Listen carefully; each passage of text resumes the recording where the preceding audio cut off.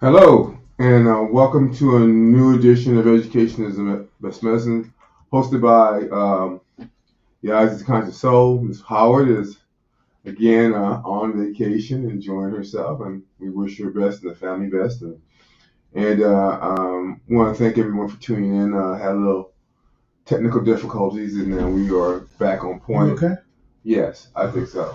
I want to say thank you to everyone. This is February, and February is not only heart disease, the American Heart Association, and all the issues talking about heart disease in America, particularly in the African American community, and particularly in the African American women community. I like to highlight certain aspects that I think sectors are not served as or deemed appropriate. Makita, I'm on my way. Don't worry, I got you. I'd say Makita, my person who does my locks, and thank her for her work, and she just does a good job. Appreciate her. So February is designated as American Heart Month, but also Black History, and so I wanted to kind of throw a little different mix into the sauce. And so I went on, this whole thing with artificial intelligence and the use of it in writing papers and it's going to be the use of the future. So I suggest you try it. I'm not advocating one or the other. I just say that it's going to be a part of what we're doing and who we are, and so better to understand the technology than be frightened by it. So in the nexus of this being Black History Month, and last week we headlined some of the great female Black scientists, just a wealth of them. Got the guy from Wikipedia. If you get a chance, just look up a Black female scientist and see the wealth of women that have contributed in the scientific community. And those, we see those many women being acknowledged, but what about the women that weren't? What about the women that didn't make the headlines, but their contributions were just as strong? And so to them, I kind of dedicate the show. Heart disease is a family issue for me. My mom had heart disease. She had high pressure, and it's something that's always been a part of our discussion. So, heart disease is the family, but the trees are heart attack, um, um, high blood pressure, cholesterol,